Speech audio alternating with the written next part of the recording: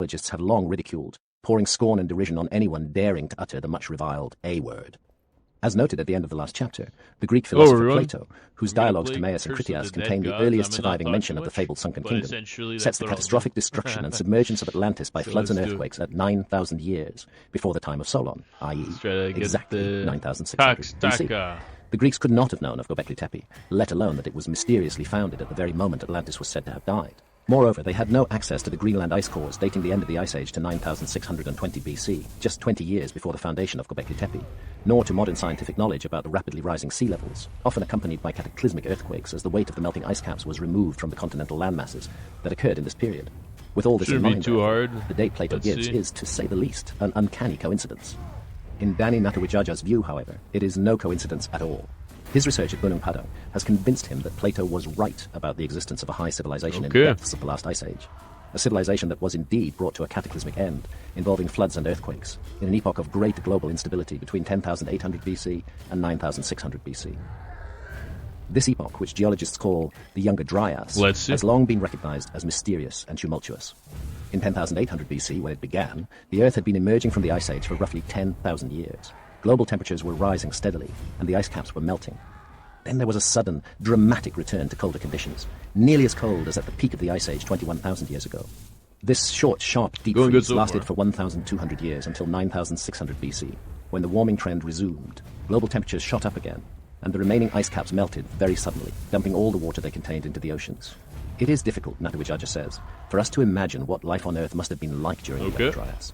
It was a truly cataclysmic period of immense climate instability and terrible, indeed terrifying global conditions. It's not surprising that many large animal species such as the mammoths went extinct during this precise time. And of course it had a huge effect on our ancestors. Not just those primitive hunter-gatherers the archaeologists speak of, but also, I believe, a high civilization that was wiped from historical record by the upheavals of the Younger Dryas.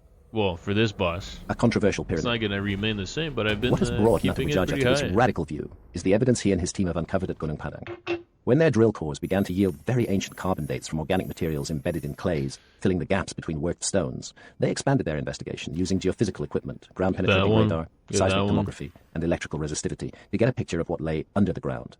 The results were stunning, showing layers of massive construction, using the same megalithic elements of columnar basalt that are found on the surface, but with courses of huge basaltic rocks beneath them, extending down to 30 meters, 100 feet and more beneath the surface. At those depths, the carbon dates indicate that the megaliths were put in place more than 12,000 years ago, and in some cases, as far back as 24,000 years ago. Columnar basalt does form naturally. The famous Giant's Causeway in Northern Ireland is an example. But at Gunung Padang, it has been used as a building material and is laid out in a form never found in nature. The geophysical evidence is unambiguous. It's worth upgrading. Gunung Padang is not a natural hill, but a man-made pyramid, and the origins of construction here go back long before the end of the last ice age. Since the work is massive even at the deepest levels, and bears witness to the kinds of sophisticated construction skills that were deployed to build the pyramids of Egypt or the largest megalithic sites of Europe, I can only conclude that we're looking at the work of a lost civilization, and a fairly advanced one. The archaeologists won't like that, I point out. They don't, Natawijaja agrees with a rueful smile. I've already got myself into a lot of hot water with this. My case is a solid one, based on good scientific evidence, but it's not an easy one. I'm up against... Doing good so far? The next step will be a full-scale archaeological excavation. We have to excavate in order to interrogate our remote sensing data and our carbon dating sequences, and either confirm or deny what we believe we found here, says Natawijaja. But unfortunately, there's a lot of obstacles in our way. When I ask what he means by obstacles, he replies that some senior Indonesian archaeologists are lobbying the government in Jakarta to prevent him from doing any further work at Gunung Padang on the grounds that they know the site is less than 3,000 years old, and see no justification for disturbing it. I don't deny that the megaliths at the surface are less than 3,000 years old, Natawijaja hastens to add, but I suggest they were put here because Gunung Padang has been recognized as a sacred place since time immemorial. It's the deepest layers of the structure between 12,000 and more than 20,000 years old that are the most important. They have potentially revolutionary implications for our understanding of history, and I think it's vital that we be allowed to investigate them properly. Atlantis. Happily, there was a decisive presidential intervention during 2014, and I can now report that Danny, I'll use his first name henceforth as we have become friends, was given carte blanche to excavate the site. He and his team began work in August 2014, completing a short season there between August and October. But as the experience at Göbekli Tepe shows, painstaking detailed archaeology is a slow process, and they do not expect to reach the deepest layers until 2017 or 2018. As the first season neared its end, however, Danny emailed me an update. The research progress has been great. We have excavated 3 more spots right on top of the megalithic site in the past couple of weeks, which give more evidence and detail about the buried structures. We have uncovered lots more stone artifacts from the excavations. The existence of the pyramid-like structure beneath the megalithic site is now loud and clear. Even for non-specialists, it's not too difficult to understand if they come and see for themselves. We have found some kind of open hall, buried by soil 5 to 7 meters thick. However, we've not yet got into the main chamber. We are now drilling to the suspected location of the chamber based on subsurface geophysics in the middle of the megalithic site. Buried structures, chambers. Ah yes, I forgot to mention those. We'll go into the implications of all this in more detail in a later chapter, but in brief, the geophysical survey work that Danny and his team did between 2011 and 2013, deploying the latest technologies in electrical resistivity, seismic tomography, ground-penetrating radar, and core drilling, revealed not only deeply buried massive constructions and very ancient carbon dates at Gunung Padang, but also the presence of 3 further hidden and as yet unexcavated chambers, so rectilinear in form that they're most unlikely to be natural. The largest of these lies at a depth of between 21.3 and 27.4 meters, 70 to 90 feet, and measures approximately 5.5 meters, 18 feet high, 13.7 meters, 45 feet long, and 9.1 meters, 30 feet wide. Could it be the fabled Hall of Records of Atlantis? Danny has put his impeccable scientific credentials on the line with the controversial claim that it might be. Not only does he refuse to scoff at the idea of Atlantis, but also he's written a book arguing that Indonesia, or rather the huge areas of Sunda land that were drowned by rising sea levels at the end of the Ice Age, might actually be Atlantis. Danny and I made an extensive research trip around the whole of the Indonesian archipelago in June 2014, searching out megalithic sites off the beaten track that have never been properly studied by archaeologists. In Chapter 18, I'll describe our findings and how they relate to the Gunung Padang mystery. But meanwhile, I want to report here on the opinion of Dr. Robert Schoch, Professor of Geology at Boston University, who was with me in December 2013 when I first met Danny at Gunung Padang. The view of Professor Robert Schoch. Schoch is a renowned figure, indeed notorious, for the case he's made based on strict geological evidence that the Great Sphinx of Giza bears the unmistakable erosion patterns of thousands of years of heavy rainfall. This means it has to be much older than 2500 BC, the Orthodox date, when Egypt received no more rain than it does today, and must originally have been carved around the end of the Ice Age, when the Nile Valley was subjected to a long period of intense precipitation. A tall, rangy, scholarly man with a full beard and a mop of unruly hair, Schoch was in his element at Gunung Padang, carefully interrogating the results of the geophysical scans with Danny, collecting samples and minutely examining the site. Afterwards, when he'd returned to the US and had time to analyze the data, he wrote, The first important observation is that Gunung Padang goes back to before the end of the last ice age, circa 9,700 BC. Based on the evidence, I believe that human use of the site began by circa 14,700 BC. Possibly the earliest use of the site goes back to 22,000 BC, or even earlier. In my assessment, Layer 3, some 4 to 10 meters, 13.1 to 32.8 feet or so, below the surface, includes the period of the very end of the last ice age, circa 10,000 to 9,500 BC, when major climatic changes took place, with dramatic global warming, rising sea levels, torrential rains, increased earthquake and volcanic activity, widespread wildfires, and other catastrophes occurring across the surface of the Earth. There is evidence of collapsed structures in Layer 3, possibly the result of the tumultuous conditions at that time. Visiting Gunung Padang, pondering the dates and evidence of collapse and rebuilding that may have occurred here, I could not help but think about another major site, representing very ancient civilization that spans the end of the last ice age, namely Göbekli Tepe in southeastern Turkey. I also think of Egypt and my own work on redating the Great Sphinx. The extreme weathering and erosion seen on the Proto-Sphinx. The head was recarved and the monument reused during dynastic times, caused by torrential rains, could have been a result of the extreme climatic changes at the end of the last ice age. Putting together the evidence of Gunung Padang, with that derived from Göbekli Tepe, the Sphinx of Egypt, and other sites and lines of data from around the world, I believe we're coming closer to understanding the cataclysmic times and events at the end of the last ice age. Genuine civilizations of a sophisticated nature existed prior to circa 9,700 BC, which were devastated by the events that brought the last ice age to a close. What's the name of it? Looking for the smoking gun. At 6,000 or more years older than the stone circles of Stonehenge, the megaliths of Göbekli Tepe, like the deeply buried megaliths of Gunung Padang, mean that the timeline of history taught in our schools and universities for the best part of the last 100 years can no longer stand. I'll get this one. It is beginning to look as though civilization, as I argued in my controversial 1995 bestseller, Fingerprints of the Gods, is indeed much older and much more mysterious than we thought.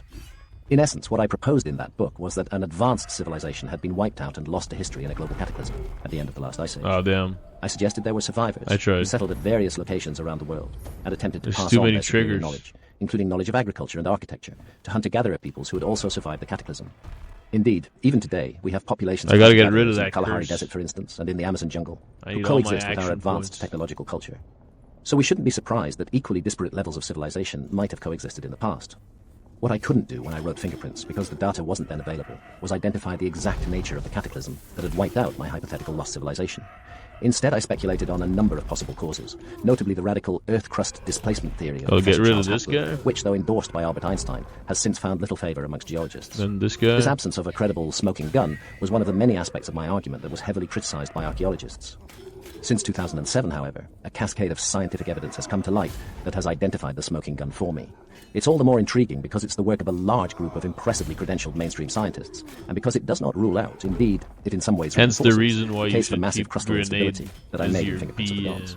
We'll explore this new ability, evidence your and its stunning implications tertiary in the following chapters. weapon. Part 2. Comet. Chapter 3. A wall of green water, destroying everything in its path. Could certain ancient myths and traditions, judged to be of no historic value by scholars, in fact encode accurate recollections of an epoch when humanity experienced a crisis so devastating, so cataclysmic, and so dislocating that we lost our memory of our true past? Consider this account from the Ojibwa, a Native American people. The star, with the long white tail, is going to destroy the world someday when it comes low again. That's the comet called Long-Tailed Heavenly Climbing Star. It came down here once, thousands of years ago, just like the sun. It had radiation and burning heat in its tail. The comet burnt everything to the ground. There wasn't a thing left. Indian people were here before that happened, living on the earth. But things were wrong. A lot of people had abandoned the spiritual path. The Holy Spirit warned them a long time before the comet came. Medicine men told everyone to prepare. Things were wrong with nature on the earth. Then that comet went through here. It had a long, wide tail and it burnt up everything. It flew so low the tail scorched the earth. The comet made a different world. After that, survival was harder. Look at this. The weather was colder than Floating. before. There are other interesting details in the various versions of this myth, told amongst the Ojibwa and recorded by anthropologist Thor Conway. For example, there's a reference to the comet killing off giant animals. You can find their bones today in the earth. It is said that the comet came down and spread his tail for miles Another and perfect miles. room. At the time of this event, usually referred to as the first burning of the earth, we are told that the Ojibwa lived near the edge of the frozen lands. It's also recorded that soon after the comet disaster, the first flooding of the earth occurred. Just as the Ojibwa tradition laments that things were wrong, people had abandoned the spiritual path, thus implicating human behavior in the disaster that followed, so too the Brule, one of the tribes of the Lakota nation, tell of a time in the world before this one, when the people and animals turned to evil and forgot their connection to the Creator. In response, the Creator resolved to destroy the world and start over. He first warned a few good people to flee to the highest mountaintops, then sent down fierce thunderbirds to wage a great battle against the other humans and the giant animals. Which has to be accounted for. As in the Ojibwa, these the Brule account speaks of animals of extraordinary size. Finally, at the height of the battle, the Thunderbirds suddenly threw down their most powerful thunderbolts all at once. The fiery blast shook the entire world, toppling mountain ranges and setting forests and prairies ablaze. The flames leapt up to the sky in all directions, sparing only the few people on the highest peaks. Even the rocks glowed red hot, and the giant animals and evil people burned up where they stood. Then now the Creator began to make the world anew. As the Creator chanted the song of creation, it began to rain. The Creator sang louder, and it rained harder, until the rivers overflowed their banks and surged across the landscape. Finally, the Creator stamped the earth, and with a great quake, the earth split open, sending great torrents across the entire world, until only a few mountain peaks stood above the flood, sheltering the few people who had survived. After the flood subsided, as the people went out over the land, they found the bleached bones of the giant animals buried in rock and mud. People still find them today in the Dakota Badlands. Of particular note, when we remember that a species of giant beaver became extinct in North America at the end of the Ice Age, is a myth of the Passamaquoddy, Mi'kmaq, and Maliseet that speaks of a being called Glooskap, described as a spirit, a medicine man, and a sorcerer, who created the first animals, amongst them Get a bit more beaver, perception a creature here. so large that when it built a dam, it treasures. flooded the country from horizon to horizon. Glooskap tapped the beaver on its back and it shrank to its present size. The reference to a flood in this story is one amongst hundreds in the myths of the Native Americans. Many of them contain intriguing details of great relevance to new scientific information about events in North America at the end of the Ice Age that we will explore in the following pages. For example, the Cowichan of British Columbia recall a time in the remote past when their seers became greatly troubled on account of strange dreams which foretold destruction. One man said, "I have dreamed a strange thing. I dreamed that such rain fell that we were all drowned." Another said, "I dreamed that the river rose and flooded the place, and we were all destroyed." "So did I," chimed another, "and I too." The seers were disbelieved by their people, but nonetheless resolved to build a huge raft of many canoes joined together. Not long after they were done, the rain commenced. The drops were as large as hailstones, and so heavy that they killed the little babies. The river rose and all the valleys were covered. The seers, and those few of their friends who believed them, took their families and placed them on the raft, and took food and waited. By and by the raft rose with the water. At length the rain stopped, and they felt the waters going down, and their raft rested on the top of Cowichan Mountain. And then they saw the land. So good. But what desolation met their eyes. How their hearts were wrung with anguish. It was indescribable. Unusually large hailstones feature in a Quileute cataclysm myth. For days and days great storms blew. Rain and hail and then sleet and snow came down upon the land. Not the hailstones were so large that many of the people were killed. I need to the survive, survivors grew thin and weak from hunger. The hailstones had beaten down the ferns and the camas and the berries. Ice locked the rivers so that men could not fish. The Pima, or river people, presently live in Arizona, whence they migrated in remote antiquity from much further north.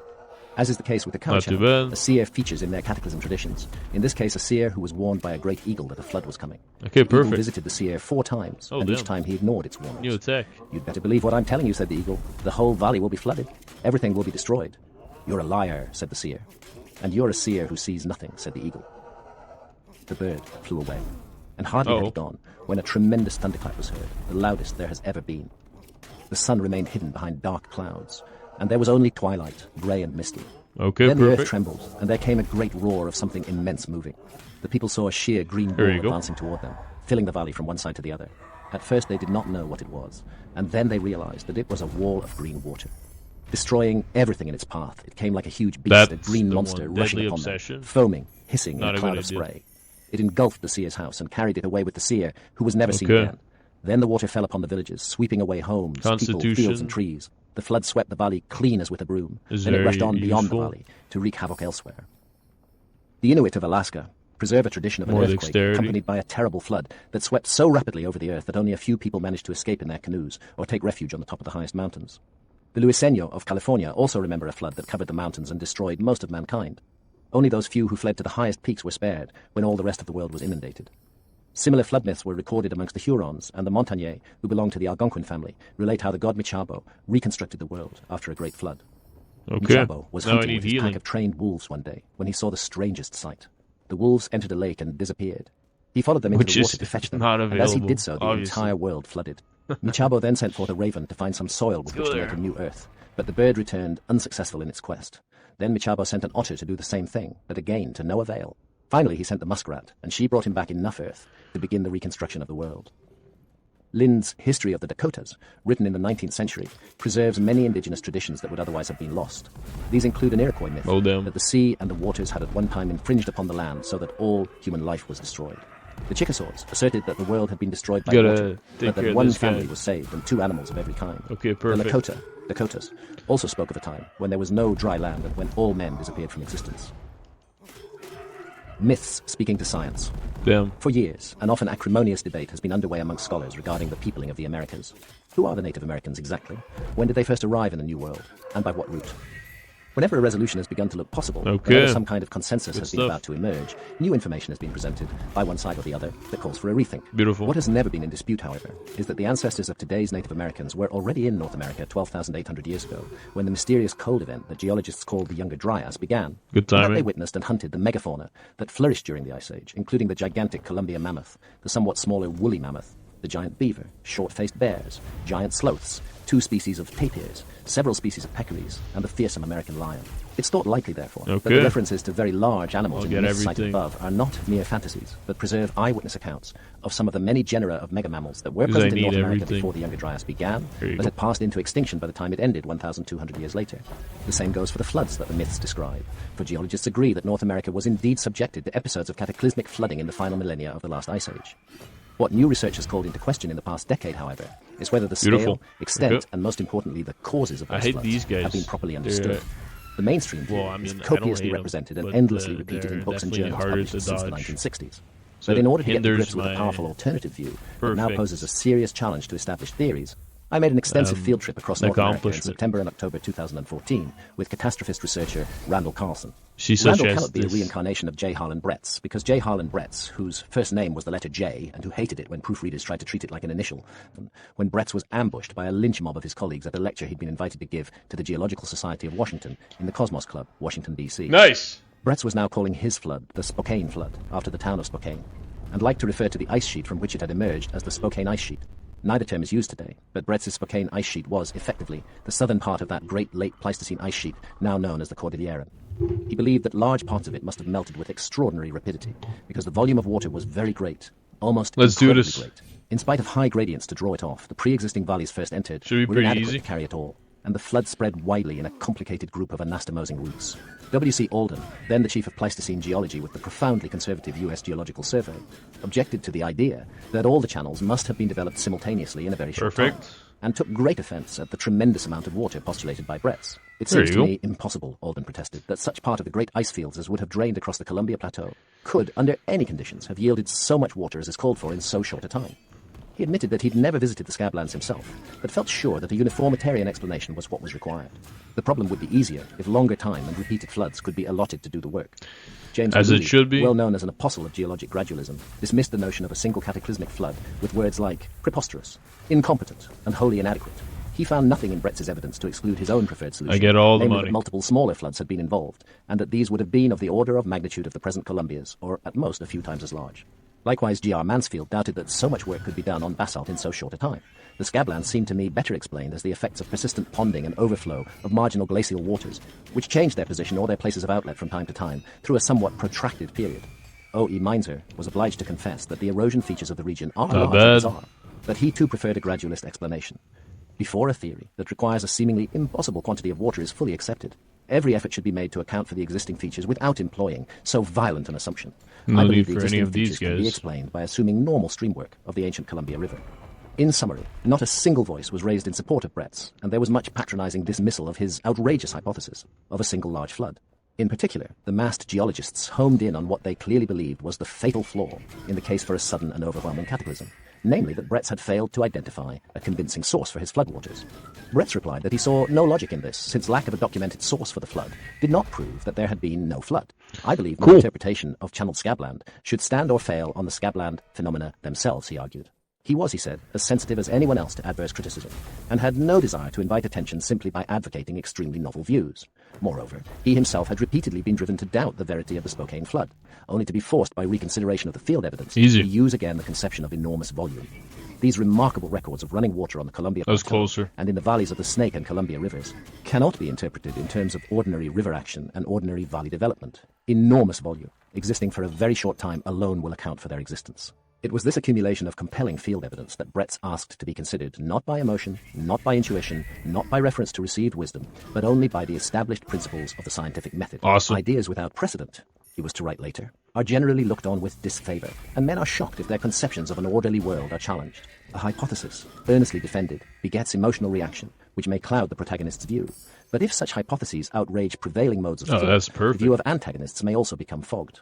On the other hand, geology is plagued with extravagant ideas which spring from faulty observation and misinterpretation. They are worse than outrageous hypotheses, for they lead nowhere.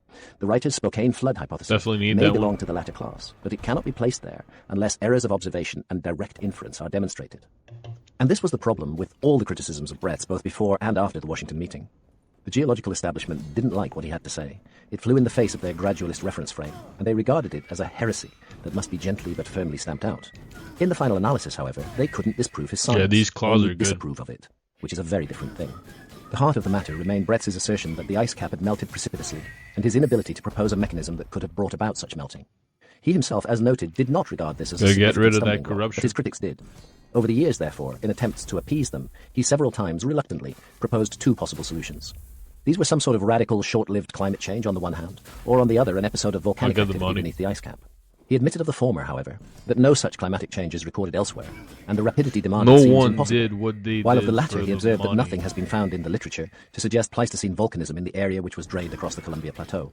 Interestingly, by the time Bretz faced his hostile peers in Washington, he was already aware of but had dismissed the very explanation for cataclysmic flooding that would much later be taken up by the geological establishment and open the door to the universal acceptance of his evidence that prevails today. In his outline for his January 1927 presentation, he wrote, "Both Mr. Alden and Mr. Pardee have suggested that I consider the sudden draining of a glacial lake to account for the flood." Mr. Pardee, in a 1925 letter, specifies Lake Missoula, which is the only one of any magnitude known in the region that might have functioned. Eventually, in the 1940s, Bretz would indeed embrace a sudden draining of glacial Lake Missoula as the source of his flood. But the reason why he did not do so in 1927 is important, and as we shall see, of the greatest relevance to the evolving debate about what exactly happened in North America at the end of the Ice Age. Only angels. In brief, Bretz's view in 1927, as his biographer explains, was that the volume of Lake Missoula might not have been adequate to form the Scablands. It would run the flood for only 2 weeks, reads a handwritten comment by Bretz in this section of his outline. Can only be confirmed. In March 1930, Bretz published a brief abstract in the Bulletin of the Geological Society of America. The abstract was titled Lake Missoula and the Spokane Flood. In it, Bretz wrote that this lake had first been named and described by the geologist J.T. Pardee, whose letter on the subject he'd received in 1925, that it stood more than 4,000 feet above sea level, and that it was at least 2,100 feet deep. Without going into any detail, he noted that the lake had been held in place by an ice dam, and that 70 miles to the southwest, along the western arm of the Purcell Trench and the Spokane Valley, are the easternmost heads of the Scabland channels. If a bursting of the dam occurred, water could only escape along this 70-mile stretch. By 1932, Bretz had warmed further to the idea that Lake Missoula could be the culprit behind his flood, although he felt that issues concerning the hypothetical ice dam almost and its proposed cataclysmic failure $1,000 remained to be worked out. At this point in his life, however, he seemed ready to move on and was to devote most of the next decade to other completely different geological puzzles. Then in 1940, he was invited to speak on his scablands theory at a meeting of the American Association for the Advancement of Science being held in Seattle. He declined the invitation, saying that his views and evidence were already in print, but the event turned out to be a seminal one. J.T. Pardee was there and presented a paper on his work on glacial Lake Missoula, making public for the first time his long-held conclusion that there had been a failure of an ice dam and that the entire lake had drained catastrophically and most likely quite dramatically. I think this is Curiously, accessible. Pardee did not connect his Missoula findings to Bretz's own long-standing and well-known case about the creation of the channeled scablands by a catastrophic flood. But much later, Bretz would write, he never said, at least in print, anything about the final deposition of this vigorous discharge. I do believe, however, that he was generously leaving that to me. In the process of making the most of what had been left to him, Bretz abandoned his single cataclysmic flood model in favor of one more palatable to his opponents. Not too bad. There were several I like floods to have he was mentioned grenades to in write my inventory. 1959. The theory is elastic enough to take care of that. In the same year, Bretz was presented with the Neil Milner Award in honor of his exceptional contributions to earth sciences. A few years later, in 1965, Bretz's transformation from pariah to poster boy seemed complete. The International Union for Quaternary Research organized a field trip to the Columbia Plateau for many former critics of the catastrophic flood theory. The group traversed the full length of Grand Coulee, part of the Quincy Basin, and much of the Palouse Snake Scabland Divide. At the end of the trip, the participants, humbled by what they had seen and satisfied as to the source of the flood damage in glacial Lake Missoula, sent Bretz a telegram of first greetings wave and taken care salutations. of. The telegram closed with the words, "We are all now catastrophists." Be assured, wrote Bretz, that after 30 years and 30 papers in self-defense and more than 30 people who vigorously denied my theory, it did my heart good like medicine. The final accolade came in 1979, when Bretz, by then aged 96, received the Penrose Medal, the Geological Society of America's highest accolade. After this award, he told his son, "All my enemies are dead, so I have no one to gloat over." Bretz went on to his next great adventure, aged 98 years, on the 3rd of February 1981. Gradualism draws the teeth of Bretz's cataclysm. Unfortunate. So, nonetheless, all seemed well. The evidence of a land scoured by cataclysmic deluge could not be denied. Unnecessary The timing had been set, perhaps not precisely, but at any rate somewhere in the last millennia of the Ice Age, between 15,000 and 11,000 years ago. That's good. The source of the deluge had been tracked down to glacial Lake Missoula, and the crunch point of whether there had been just one gigantic flood, which Bretz's honed instincts as a field geologist had originally suggested, or multiple floods, as his gradualist colleagues preferred, had been conceded with reference to the elasticity of his theory and an allowance of several floods. It becomes clear in later papers published by Bretz that he was willing to accept that up to 8 floods had occurred. This was undoubtedly a concession to gradualism. 8 smaller floods, politely spread out over a period of some thousands of years, being more palatable to those of a uniformitarian persuasion, i.e. to most geologists then and now, than a single humongous event of great violence that occurred suddenly, did massive damage, and was over and done with in about 3 months. My shield is not necessarily Nonetheless, Bretz remained a catastrophist at heart. Victor R. Baker of the Department of Hydrology and Water Resources at the University of Arizona notes in his study The Spokane Flood Debates that while Bretz did indeed extensively modify his original hypothesis, there was a lingering suspicion that one was dealing with an unusual exception to the general rule. Bretz himself had claimed the unique assemblage of forms described as the channeled scabland records a unique episode in Pleistocene history. Special causes seem clearly indicated. In other words, regardless of any concessions, what is referred to here are causes that were still unique and special enough to be described as catastrophic, and that did not undermine the conclusion that it was a debacle, which swept the Columbia Plateau. It is surely significant that in his last published work, a note he wrote to the Geological Society of America in 1979 accepting its highest accolade, the Penrose Medal, that Bretz took the opportunity to drive this point home. Perhaps, he wrote, I can be credited with reviving and demystifying legendary catastrophism and challenging a too rigorous uniformitarianism. What Bretz, the catastrophist and challenger of uniformitarianism, could not have known, however, was that once he had invited the vampire of gradualism through the door, it would not be satisfied with the compromise that he had tried to strike, but would keep on remorselessly sucking the blood out of any notion that what had happened in the channeled scablands had been any sort of debacle at all. Thus, as the years have gone by, and new generations of gradualist scholars have taken their places at universities around the world, the 8 floods that were first allowed to modify Bretz's single cataclysm have steadily increased in number, to a dozen, definitely then to will 20, spend some then to sanity on 35, this one, then to about 40, and finally, in recent papers, to as many as 90 or more. The most current opinion, summarizes Vic Baker, is that there were about 80 floods that all occurred within a period of 2,500 years, roughly between 15,000 years ago and 12,000 years ago, possibly at regular intervals. Well on my way 80 floods in 2,500 years works out at one flood approximately every 31 years, thus doing away with any need for a single exceptional cataclysm and accounting for the horrendous mess of the channeled scablands by the accumulated effects of a rather regular, predictable, essentially gradualist series of events. Better still, from a uniformitarian point of view, outburst floods from ice-dammed glacial lakes still occur today. They happen regularly in Iceland, for example, where they're called jokulaups, a term that has been adopted for them worldwide and that I will continue to use here. Other locations That's where they are doable. common include the Himalayas, Antarctica, northern Sweden, and North America. As geology professor David Alt points out, several glacially dammed lakes in Alaska and northern British Columbia are prone to episodes of very fast drainage. These events usually occur in summer when a fast snowmelt rapidly raises the level of the lake. The ice dam that held glacial Lake Missoula probably floated and broke during the summer for the same reason. In this way, the uniformitarian doctrine that the present is the key to the past, and that the rate of change observable today is an accurate guide to rates of change that prevailed in the past, has quietly reasserted itself. And Bretz's disturbing flood evidence has been explained away as nothing very much to worry about after all. The scholars have also rather cleverly contrived to have their cake and eat it. On the one hand, giving Bretz a medal, and proclaiming that they are all catastrophists now. On the other, quietly transmuting Bretz's catastrophe into the sort of thing that one sees every summer in Alaska and British Columbia. This is all very reassuring, of course, but suppose that Bretz's original insight was right, and that what happened in North America at the end of the Ice Age really was a sudden cataclysmic flood, something unprecedented and unmatched since. Suppose it really was a debacle. Back to Bretz. Randall Carlson is quite certain that it was indeed a debacle, one that unfolded on an almost unbelievable scale, and has spent the last 20 years trekking back and forth across the channeled Scablands, asking local geologists difficult questions that no one else seems to have considered, and building a formidable case. It's working. The sort of case, I suspect, that Bretz would be making if he were still with us and at the height of his powers. I first met Randall in 2006. The North American Ice Age floods were amongst the subjects we discussed, and I was startled to discover that he didn't accept the ice dam theory at all, and regarded glacial Lake Missoula as a huge diversion, an easy solution that panders to uniformitarian prejudices and has led geologists away from the truth.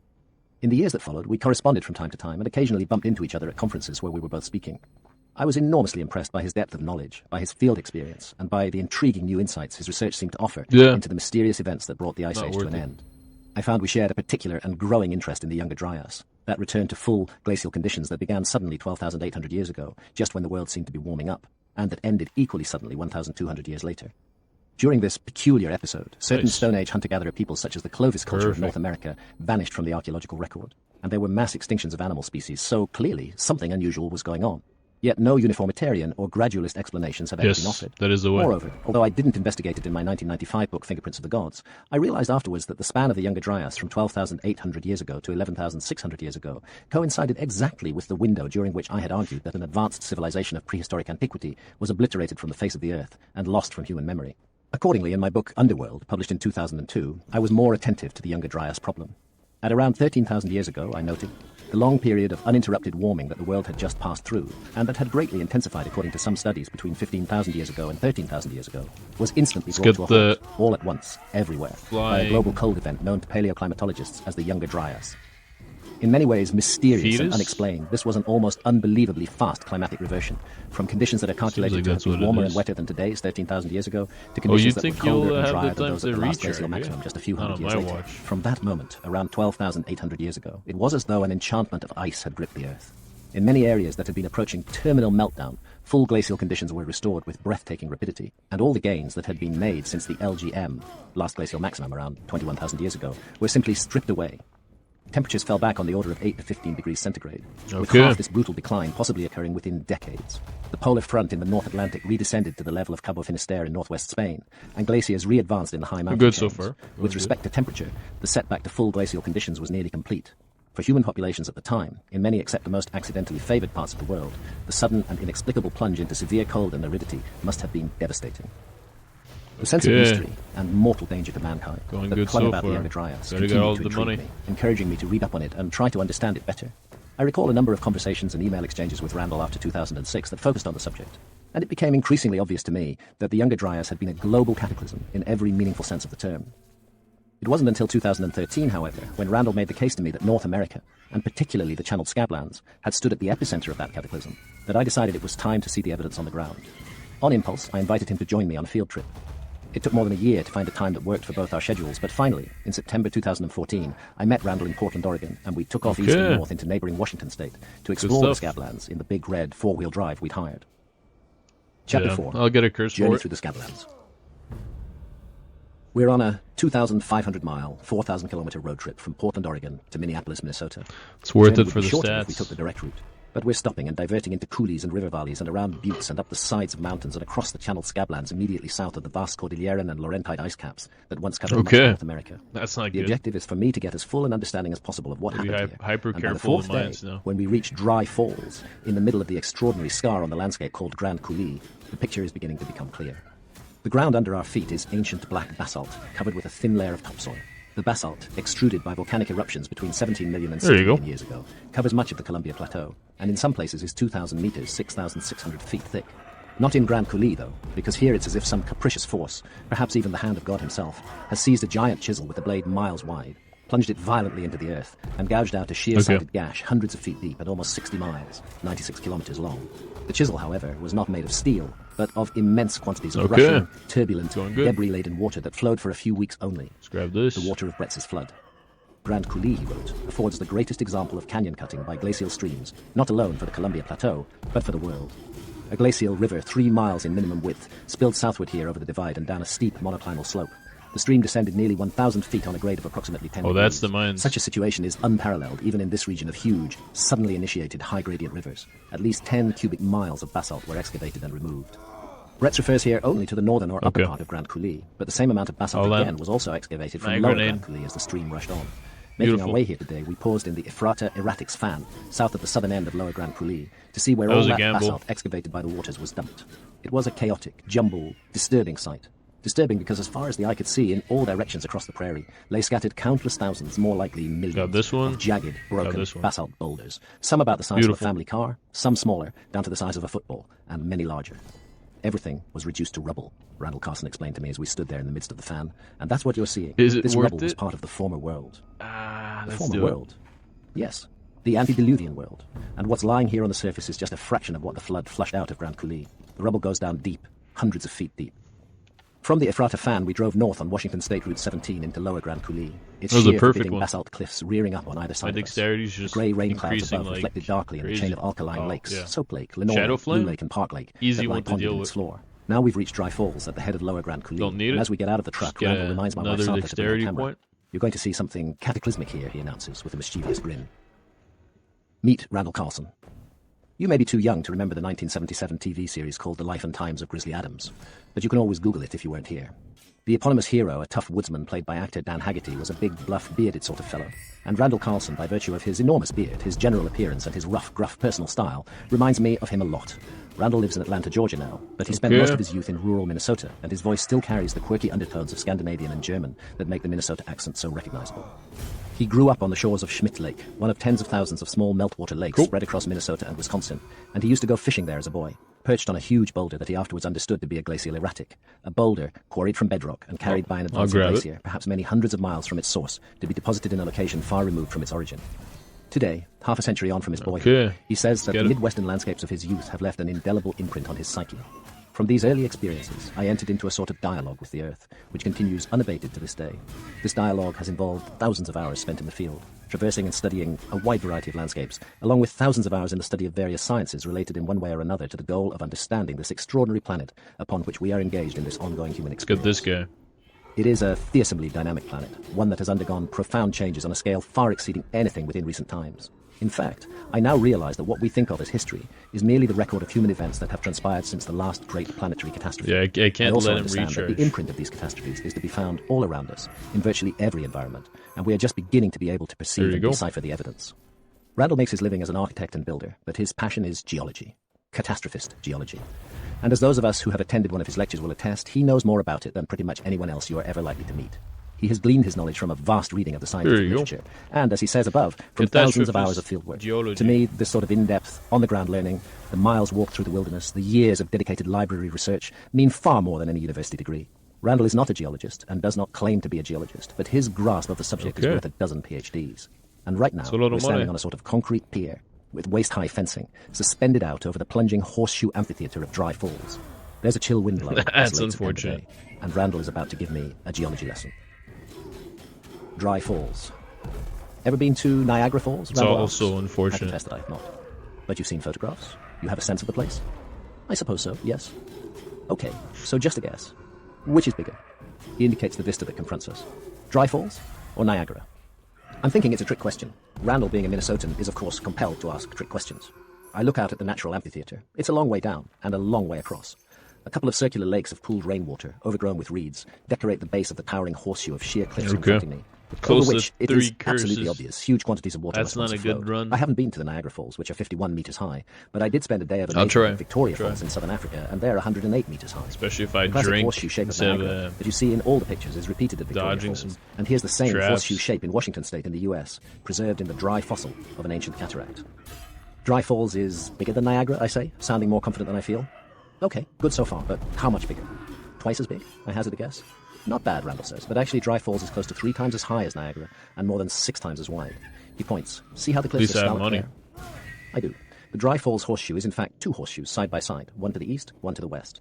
Well, Niagara would easily fit into just half of the eastern horseshoe, and its rim would be almost 250 feet beneath the rim of Dry Falls. Also, look there. Randall draws my attention to the eastern side of the horseshoe, where there's a gap and then a high, narrow fin of cliffs running south. That's Umatilla Rock, he says, indicating the fin. It would have been a kind of island at the peak of the flood, an underwater island. Underwater? Yes. When the flood came through here, the water was more than 500 feet. I'm not playing super good. It would have overtopped Umatilla Rock and the falls themselves. And right here where we're standing by, 100, maybe 150 We're feet. exploring, so if I'd been able there's to stand a lot here of, then, for the people who don't know the game. I know, I'd have been swept away, but just for the sake of argument, if I'd been able to stand here, I take it I wouldn't have seen a sheer sheet of water bursting over the lip of the falls and crashing down. Then you get it. No, because that was happening far beneath the surface. What you would have seen at this point would have looked more like a whirling, churning slope in the torrent, with some kind of abrupt bump or gradient in it than an actual waterfall. But all the work that a waterfall does on rock was still going on under the surface. But the work of comprehension is never done. The water is coming through here in enormous quantities and horribly fast, running at up to 70 miles an hour according to some estimates. In the process, and you've got to realize that it isn't just water. It's more like a slurry of thick mud, and there's whole forests torn up by their roots that are roiling around in it, and fleets of icebergs jostling on the surface. And down at the bottom there's a huge rumbling rubble of rocky debris, boulders like the ones we saw dumped all over the Ephrata fan, and this whole mess is rushing and tumbling and plucking as it passes. Plucking? Yes, that's the best way to describe it, like giant fingers plucking out blocks of the basalt bedrock, ripping them out, dragging them into the torrent and sweeping them downstream. That's how the erosive work is done. Randall gestures again at the scalloped horseshoe cliffs. But what we see from here is less than half the picture. If we were up in an airplane looking down, we'd see another set of horseshoes, even bigger than these ones off to the east, wrapping round beyond Umatilla Rock. So with all that taken into account, what's the total extent of Dry Falls? About 3.5 miles. That was where it had got to when the flood stopped. God only knows what it would have ended up looking like. God only knows what I'll be without you. I don't understand. The indications are that the flood only lasted a matter of weeks, and throughout that time the falls were constantly migrating northwards. Migrating? The falls. Yes, all falls migrate at different rates depending on the amount and force of the water flowing over them. They pluck at the bedrock and constantly eat it away upstream. Take Niagara, for example. It's retreated 7 miles in the last 12,000 years, but that's puny compared with what happened here, where the retreat was about 30 miles, the whole length of Lower Grand Coulee, in less than a month. So the rate of erosion was incredibly fast. Yes, thousands of times faster than Niagara, because of the incredible amount and force of the water here. Dry Falls was the greatest waterfall that's ever existed on planet Earth. And all that water's supposed to have come out of Glacial Lake Missoula? Well, says Randall. His beard juts out stubbornly. That's the theory. The theory? Erratic hunting. Randall doesn't buy the gradualist theory that multiple emptyings of Lake Missoula through multiple breakings and remakings and breaking again of its ice dam can account for the evidence on the ground. He doesn't dispute that the glacial lake existed or that there were outburst floods from it, but he's convinced it was never anywhere near big enough to account for all the cataclysmic features of the channeled scablands, like J. Harlan Brett's in the 1920s. He believes that one sudden, short-lived, totally exceptional flood of truly immense proportions was the real culprit. On another day, Randall takes me erratic hunting to explain why. We pull off Interstate 97 onto the Waterville Plateau and drive across rugged, rolling country where occasional green and yellow fields intermingle with wilder moorland, too poor ever to be farmed. Pretty soon we start seeing huge clusters, flocks, packs, crowds of giant boulders, all of ominous black basalt, all alien to this landscape, and I know enough now to recognize them for what they are. As ice caps move and spread, they snatch up, enchain, and transport huge rocks that then remain locked within them until the ice melts and drops its load. What happened here, the place is actually called Boulder Park and is recognized as a national natural landmark, was a different aspect of the same process. When the Ice Age flood came pouring down over the Waterville Plateau, Randall explains, it was carrying thousands of icebergs with it. Depending on the video as big as you're oil playing, tankers with house-sized boulders frozen inside them. When they bumped up against hillsides, he points to a distant ridge with ranks of colossal boulders strewn across it. The icebergs grounded and stuck there. Eventually, after the flood had subsided, they melted out, leaving the boulders where they sit to this day, strewn all over the top of the plateau beyond the ridge and carpeting the hillside for 20 miles going north. But that ridge must be what, 800, maybe 900 feet above us, I observe? Exactly, which tells us that the water was at least that deep here. Or rather, not simply water, but a sludge slurry. And as the flood starts to subside, the slurry just gets thicker and thicker with sediment until it finally leaves the whole valley floor covered in sediment, hundreds of feet thick, and filled with embedded boulders. I mean, and again, the upgrade we're wasn't looking worth at the ruins and wreckage of a former world. Okay. We get back onto Interstate 97, heading south along the west bank of the majestic Columbia River, and divert west on alternate 97 towards Lake Chelan. 50 miles long and never more than a mile and a half wide, lying in the bottom of a forested, steep-sided valley overshadowed by lofty mountains. Chelan has the look and feel of a grand Scottish loch. It's appropriate, therefore, that it also has traditions of a lake monster, a dragon according to Native American legends, that ate up all the game, leaving the people starving. The Great Spirit was angered and decided to intervene. He descended from the sky and struck the earth with his huge stone knife. All the world shook from his blow. A great cloud appeared over the plain. When the cloud went away, people saw that the land had changed. Huge mountain peaks rose on all sides of them. Among the mountains were canyons. Extending from the northwest to the southeast for a 2 days' journey was a very deep canyon. The Great Spirit threw the monster's body into this deep and long gorge. Then he poured much water into it and so formed the lake. Long afterwards, Indians called it Chelan. Chelan means deep water in the local Salish Indian language, and Lake Chelan is indeed 1,468 feet, 453 meters deep, making it the third deepest lake in the US and the 26th deepest in the world. Some aspects of the myth, I note in passing, are evocative of earth changes at the end of the Ice Age. Mountains that had been hidden beneath the ice cap, and that therefore no one had seen before, did indeed appear when the ice melted. Canyons were indeed carved through the whole of the Columbia Plateau by the rushing waters of Bretz's flood. And as we will see in the next chapter, there may also be more than a huge stone knife from the sky, striking the ground so hard that the world shook, and to that ominous cloud that appeared over the land. Likewise, the presence of an immense iceberg-rafted erratic above the town of Manson on Chelan's north shore suggests that the notion of much water being poured into the lake, in other words, of a flood passing through here, may also be rooted in memories of real events. After passing more erratics scattered around the southern end of Lake Chelan, we head back to Interstate 97, cross to the east bank of the Columbia River at Beach Ridge, then go north to the mouth of McNeil Canyon, where yet more boulder-strewn moorland awaits us. Numbering in their thousands, the erratics here are known locally as haystack boulders because of their distinctive appearance. But the rounded profile they show from a distance gives way close up to a mass of jagged and splintered basalt. Many of them are thought to weigh more than 10,000 tons, and as Randall and I examine them, I'm daunted by their great height and mass and amazed at the power and energy of the floodwaters that brought them here. We get back on Interstate 97 again and drive the 40 miles south to the confluence of the Wenatchee and Columbia rivers near the eastern foothills of the Cascade Mountains. Well, that's going to be very Here useful. Randall has a last giant erratic to show me, this one weighing, he estimates, 18,000 tons. It stands high up on the side of a long, wide valley, looming over a modern housing development, hundreds of feet above the confluence of the rivers and the town of Wenatchee.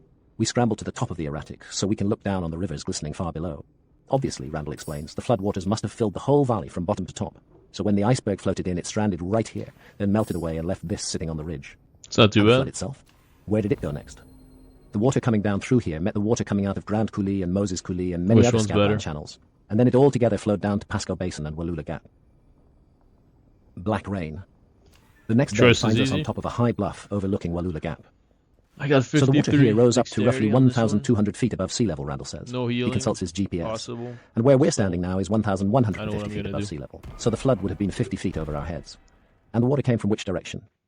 Randall points north. It came roaring out of the channeled scablands. A mass of different flows converged here, and then passed on through down the Columbia. So this was the gathering of the waters. Here's where all these great flood streams came together. I look out over the scene below, a drama of earth and sky and water. The sky is grey, thunderous and filled with rain as it has been throughout our trip. The earth element begins with a very thick, powdery layer of soft, dun-coloured dust called loess that lies everywhere under our feet on the top of the bluff. But then the bluff plunges away in a steep tumbling fall down to the Columbia, which forms the water element below.